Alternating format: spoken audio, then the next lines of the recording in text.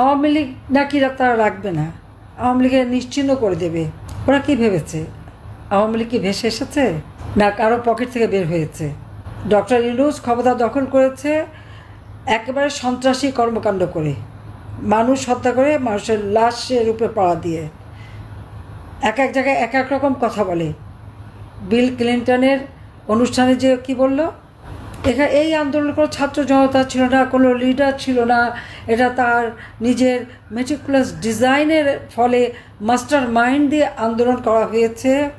এবং খুব খুশি মনে হাত পা নাচিয়ে নাচিয়ে বলে আবার তার মাস্টার মাইন্ডকে এবং মাস্টার মাইন্ডের সাথে তার গার্লফ্রেন্ড সব মঞ্চে নিয়ে সবাই সাথে পরিচয় করে দিয়ে নিজে হাত তালিয়ে দিল।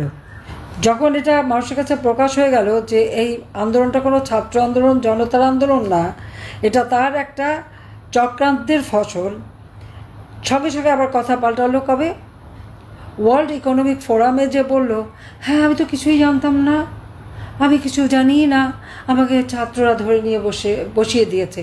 কিন্তু এই ছাত্র যারা আন্দোলনকারী সমন্বয়ক, এদের সাথে কিন্তু 1 আগস্টও সে ফোনে কথা বলেছে, এবং এটা তারাই বলেছে যে ইউনূস তাদের সাথে টেলিফোনে কথা বলেছে। তাহলে ডক্টর ইউনূস যদি এদেরকে নাই চিনে থাকবে, নাই জেনে থাকবে, আর যদি তাকে ধরে বসানো থাকবে, তো সে ফোনে কথাটা বলল কেন? আর এটা তো তারা স্বীকার করেছে।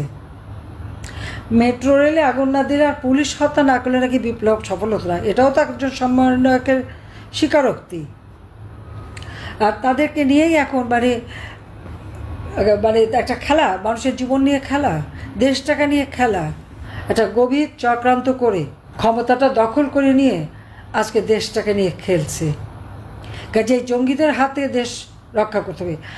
আজকে যারা আপনাদের বাড়িতে ঢুকে মানুষকে হত্যা করা, লুটপাট করা যারা করেছে তাদের তালিকা করে রাখতে হবে। যারা নির্বিচারে মানুষ হত্যা করেছে, সেই চাপাতি, চাইনিজ কুড়াল, গুলি বোমা, লাঠিসোঁটা নিয়ে পিটিয়ে পিটিয়ে কুপিয়ে কুপিয়ে মানুষ হত্যা করা, চোখ তুলে ফেলা, হাত পা রক কাটা, এগুলি যারা করেছে প্রত্যেকের নাম ঠিকানা করে রাখতে হবে। আমার বিরুদ্ধে 325টার উপর না 26টার উপরে মামলা দিয়েছে, তা সবই হলো খুনের মামলা। বিএনপি তো পাগল হয়ে গেছে নির্বাচনের জন্য, অনেকেই নির্বাচনের চাপ দিচ্ছে, আন্তর্জাতিকভাবে নির্বাচনের চাপ দিচ্ছে। সে রাষ্ট্র চালাতে ব্যর্থ।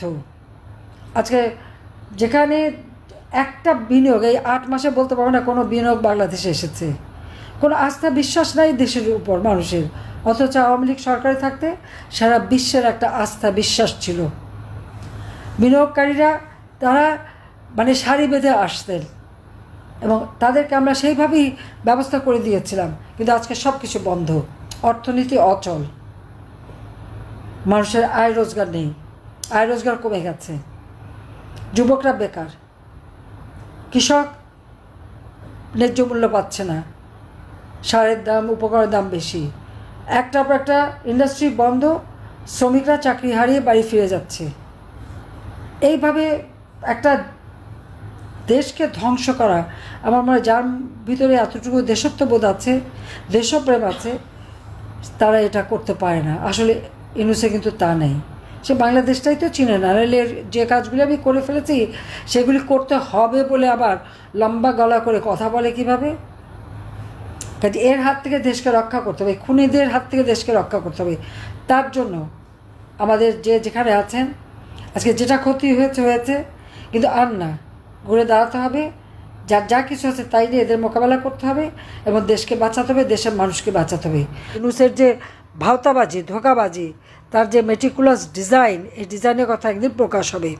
এখন আমি বলছি হয়তো ভালো লাগবে না, আমার নামে অনেক কথা বলে, তো মামলা তো দিয়েছে প্রায় 350 মামলা, সব নাকি খুন আমি করে ফেলেছি। অবশ্য যাদের খুন করতে তারা অনেক আবার জিন্দা হয়ে ফিরেও আসে, এটাও ঠিক। এইভাবে সে দেশটাকে শেষ করে দিয়ে এখন বলে তার সংস্কার করতে হবে। কি সংস্কার করবে সে তো এমন সংস্কার করেছে যে এখন মানুষ ভাত পায় না, আর একটার পর একটা খালি মামলা দিয়ে যাচ্ছে।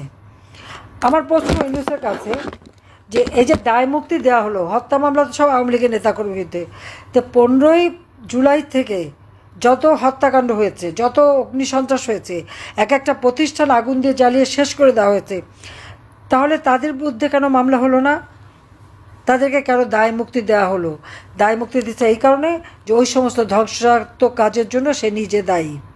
এই সমস্ত ধ্বংসাত্মক কাজও সে নিজে করেছে বলেই দায় মুক্তি দিয়েছে এদেরকে। কারণ এদের দিয়ে তো ইউনূস কাজ করিয়েছে।